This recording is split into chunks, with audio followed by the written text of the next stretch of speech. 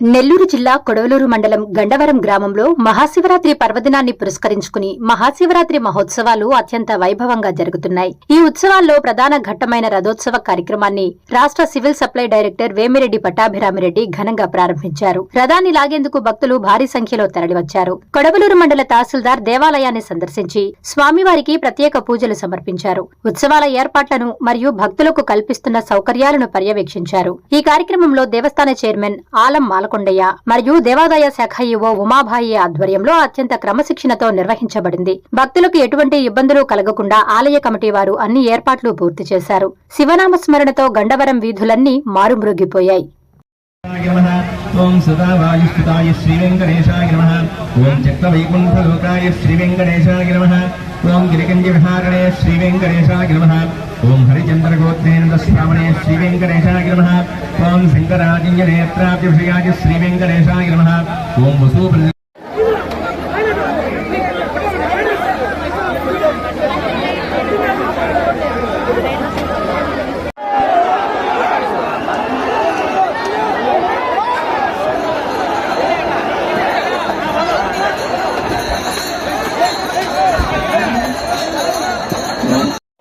క్షేత్రంలో వెలిసి ఉన్న శ్రీ గంగా పార్వతి సమేత ఉదయకళేశ్వర స్వామి బ్రహ్మోత్సవాల సందర్భంగా ఈరోజు రథోత్సవం కార్యక్రమం జరిగింది.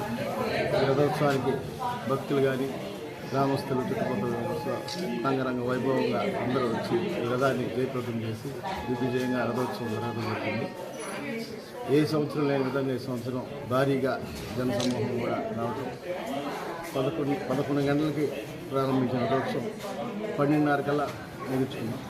చాలా విజయవంతంగా పరమేశ్వరుడు దయవల్ల మేము రథోత్సవం నమ్మడం జరిగింది. ఈవినింగ్ తెప్పోత్సవం 8 గంటలకు ప్రారంభమవుతుంది. తెప్పోత్సవం అయిపోగానే సంగీత విభావరి సినీ నేపథ్య గాయకురాలు మంగిలి కళాంజలి ఆర్కెస్ట్రా శ్రీనివాస సంగీత విభావరి జరిగింది. కావున భక్తులందరూ వచ్చి శివయ్యకి కృపాకాక్షలు